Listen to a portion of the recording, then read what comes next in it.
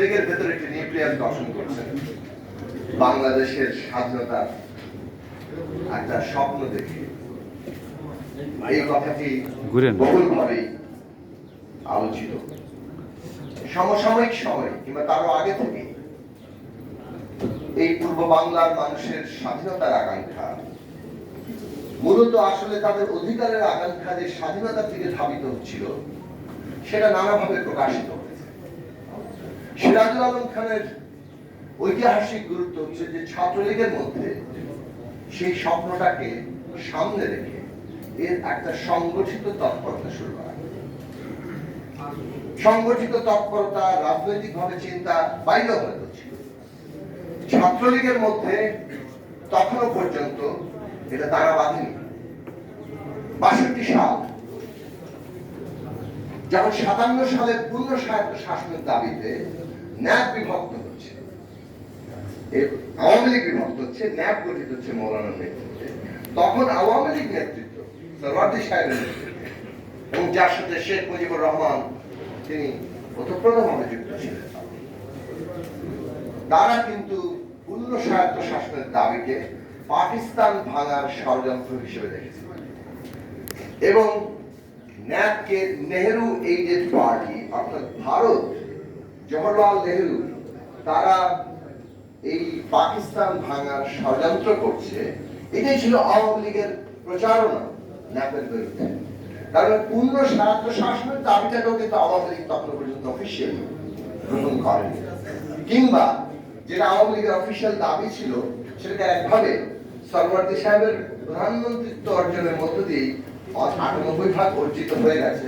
এইরকম একটি অবস্থানে কিন্তু তাদের যেটাকে বলে ডমিনেটিং, এটাই প্রাধান্য বিস্তার করেছে। এই ইতিহাসটুকু মুছে ফেলা যাবে না। এরকম একটি প্রেক্ষাপটে সিরাজুল আলম খান যখন আওয়ামী লীগের ভিতরে এবং বিশেষত ছাত্রলীগের ভিতরে স্বাধীনতার প্রশ্নটিকে ধারণ করার চেষ্টা করেন এবং তাকে কেন্দ্র করে সংগঠিত তৎপরতা শুরু করেন, সেটা নিঃসন্দেহে একটা জাতি বলেন, একটা জনগোষ্ঠী বলেন, একটা রাষ্ট্রের উত্থানের সংগ্রামের অত্যন্ত গুরুত্বপূর্ণ ঘটনা। এই একটি ঘটনার কারণে এবং এটার পরে তিনি যা যা করেছেন সেই কীর্তিতেই সিরাজুল আলম খান এই জনপদের মানুষের মধ্যে বহুভাবে আলোচিত হবেন, বহুভাবে তাকে স্মরণ করা হবে। যখন আমরা সত্যি সত্যি রাজনৈতিক ভাবে আরো একটা সত্যিকার রাজনৈতিক জনগোষ্ঠী হয়ে উঠতে চাই, নিজেদের মর্যাদা নিয়ে, নিজেদের অধিকার নিয়ে আরো বেশি সচেতন হয়ে এই রাষ্ট্রটা যে লক্ষ্য নিয়ে গঠিত হতে চেয়েছিল তার পরিগঠনে নিজেদের নিয়োজিত করব, এই দেশের তরুণরা সেই কাজে এগিয়ে আসবেন, তখন সিরাজুল আলম খান নানা দিক থেকে আলোচিত হবে, যেমনটা এখানেও কিছুটা আলোচিত হয়েছে। এই যে একটা মিশন সংগঠিত তৎপরতা ৬০-এর দশকে সিরাজুল আলম খানের মধ্যে তরুণদের একটা বিরাট অংশের মধ্যে আমরা দেখেছি, এই জায়গাটি, এই মিশন জায়গাটি আজকের বাংলাদেশে অত্যন্ত জরুরি।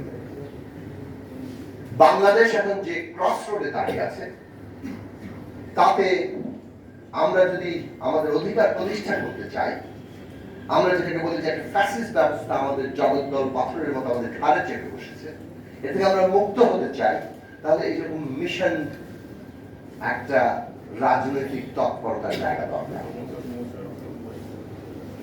লক্ষ মানুষ জমায়েত হতে পারে, কিন্তু রাষ্ট্রযন্ত্র তাকে ১ ঘন্টার মধ্যে ডিসপার্স করে দিতে পারে। এই বাস্তবতাটা এসছে এবং এইটাকে প্রতিরোধের দিক থেকে, কারণ সরকারি রাষ্ট্রযন্ত্র কতদূর পর্যন্ত যেতে পেরেছে বিভিন্ন ঐতিহাসিক পর্যায়ে আমরা সবাই জানি। তারা গ্রেফতার করেছে, মামলা দিয়েছে, নির্যাতন করেছে, গুম করেছে, হত্যা করেছে, এমনকি এটা গণহত্যা পর্যন্ত এসেছে। এই রকম একটি জায়গায় রাষ্ট্র শক্তিকে মোকাবেলা করেই রাজনৈতিক বিজয় অর্জন করতে হবে। সেটা আমাদের দেশের ইতিহাসে আমাদের দেশে প্রমাণিত হয়েছে, সেটা ৭১ সালে যেমন প্রমাণিত হয়েছে, পরবর্তীকালেও প্রমাণিত হয়েছে। কাজে বর্তমান অবস্থায় রাজনৈতিক সংগ্রাম করেই এই জগদ্দল পাথর থেকে মুক্ত হতে হবে। অন্য কোনো আপতিক মুক্তির অপেক্ষায় যারা থাকবেন তারা রাজনৈতিকভাবে কোনো প্রাসঙ্গিক জায়গা নেই। তারা ক্ষুদ্র খাওয়া লোক সবসময় ক্ষুদ্র জায়গায় থাকবে। পরিষ্কার লাইন হচ্ছে রাজনৈতিকভাবে এই ব্যবস্থা মোকাবেলা করার সংগঠিত তৎপরতা দরকার। সেই কারণে সিরাজুল আলম খান অত্যন্ত প্রাসঙ্গিক। বাংলাদেশের তরুণদের মধ্যে, বিশেষত ছাত্র তরুণদের মধ্যে এই মিশন তৎপরতা কারা শুরু করবেন, যে এই ফ্যাসিস্ট ব্যবস্থার বিরুদ্ধে আমরা লড়বো, রাজপথে দাঁড়িয়ে থেকে লড়বো এবং লড়তে লড়তেই এই সংগ্রামকে বিজয়ী দিকে নেওয়ার জন্য চেষ্টা করবো। জনগণের মধ্যে সেই আস্থা, ভরসা, সাহসের সঞ্চার করবো, যাতে করে এই রাষ্ট্রশক্তির যত শক্তি নিয়েই তারা ঝাঁপিয়ে পড়ুক, সেটাকে মোকাবেলা করার সাহস এই জনগোষ্ঠীর মধ্যে তৈরি হয়। ৬২ সালে ছাত্রদের উপর নির্যাতন হয়েছিল, ৭১ সালে ছাত্ররা অস্ত্র হাতে এইটা খুব জরুরি।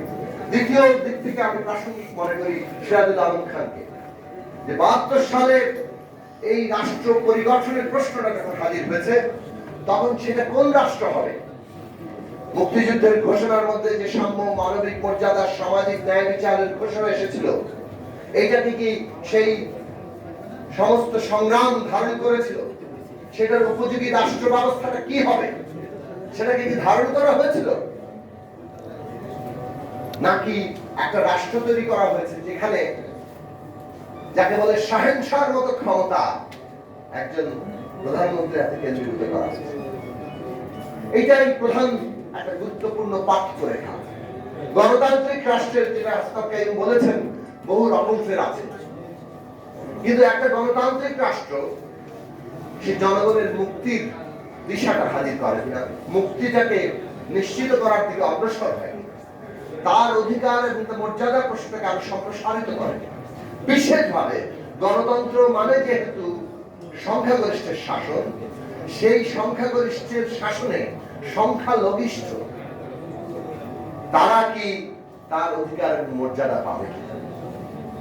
একটা গণতান্ত্রিক ব্যবস্থায় সংখ্যাগরিষ্ঠ শাসন করে, কিন্তু সংখ্যালঘিষ্ঠরা সেখানে তার অধিকার এবং মর্যাদা নিয়ে হাজির থাকে। এইটার জন্য যে জবাবদেহি ব্যবস্থা তৈরি করতে হয়, সেখানে ক্ষমতা যদি এরকম শাহেনশাহর মতো চরিত্র লাভ করে, তাহলে সেটা কখনোই নিশ্চিত হবে। আজকে দুনিয়াতে তাকিয়ে দেখুন, একেবারে যুক্তরাষ্ট্র থেকে শুরু করে, মানে পুতিন কিংবা চায়না, এগুলো আলোচনা আমরা বাদে রাখলাম, তাদের তো গণতন্ত্রের কাঠামোর মধ্যে আপাতত ধরা হয় না। কিন্তু মডেলটা যদি ধরা হয় যেখানে গণতন্ত্রের কিছুটা চর্চা হচ্ছে, সেখানে যুক্তরাষ্ট্র থেকে ভারত পর্যন্ত, সেখানেও কিন্তু এই রকম কর্তৃত্ববাদী ঝোঁক, কর্তৃত্ববাদী ব্যবস্থায় পরিণত হওয়ার দিকে যেমন গণতান্ত্রিক ব্যবস্থা যাচ্ছে, সেটা নিয়ে উদ্বেগ, লড়াই মানুষের মধ্যে আজকে নানাভাবে তৈরি হচ্ছে। বাংলাদেশ সেই জায়গায় রাশিয়ার পুতিন বলেন, পাকিস্তানের উদাহরণ বলেন, যেটা ভারতের নেতারা এখন দিচ্ছেন, তার চাইতে যে আরো ভয়ঙ্কর অবস্থায় গিয়েছে। এবং বাংলাদেশ এখন কর্তৃত্ববাদের মডেলে, ফ্যাসিস্ট মডেলে দুনিয়ার ১ নম্বরের জায়গায় আছে, সেটা সকলেই জানে। এইরকম একটি অবস্থায় সিরাজুল আলম খান ভাবেন অংশীদারি গণতন্ত্রের কথা, যে গণতন্ত্রে বাংলাদেশে কেবল সংখ্যাগরিষ্ঠের শাসন চলবে তা না। ভোট পেয়ে আপনি সংখ্যাগরিষ্ঠ হতে পারেন, কিন্তু সমাজের বিভিন্ন শ্রেণী এবং পেশার অংশের মানুষের প্রতিনিধিত্ব ক্ষমতা ব্যবস্থার মধ্যে এমন ভাবে থাকা যাতে প্রত্যেকটি অংশের স্বার্থের প্রতিনিধিত্ব যেমন থাকে, তেমনি জবাবদিহিতার জায়গাটা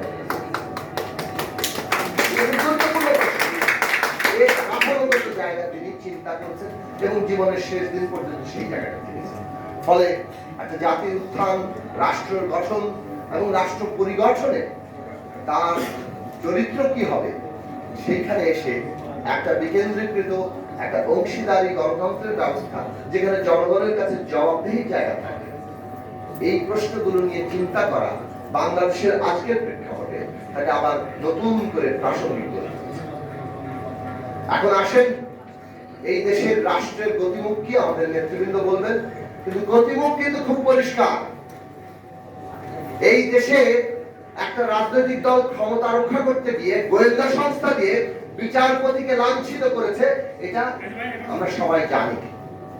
প্রধান বিচারপতিকে লাঞ্ছিত করা, তাকে দেশের থেকে বাধ্য করা, এটা কোনো একজন ব্যক্তি এসকে সিনহাকে করা নয়, পুরো বিচার ব্যবস্থাটাকে তারা ওইভাবে লাঞ্ছিত করেছে এবং নিজেদের করায়ত্তে করেছে। আজকে তারা সেনাবাহিনীর মতো সার্বভৌমত্ব রক্ষার প্রতিষ্ঠানকে কোন জায়গায় ব্যবহার করেছে, যেখানে জেনারেল আজিজ জমি আর টাকার বিনিময়ে মানুষের ভোটের অধিকার কেড়ে নেওয়ার ক্ষেত্রে সেনাবাহিনীকে ব্যবহার করতে পারেন এবং তারপরে নিজে সেনা প্রধান হিসেবে ঘোষণা দেন যে এর মতো ভালো নির্বাচন তিনি আর দেখেন।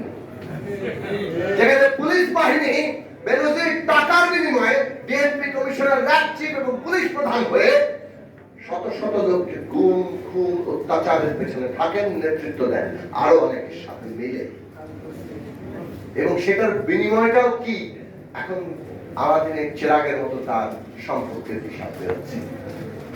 কাজেই দেশের আমলাতন্ত্র এই দামি নির্বাচনে পিছিয়ে পড়ে এখন সর্বাগ্রে কিভাবে প্রধান ভূমিকা অবতীর্ণ হতে পারে যায়, সেটা 24 সালের আগে আমরা যারা এই দেশে থাকি তারা সবাই দেখেছি।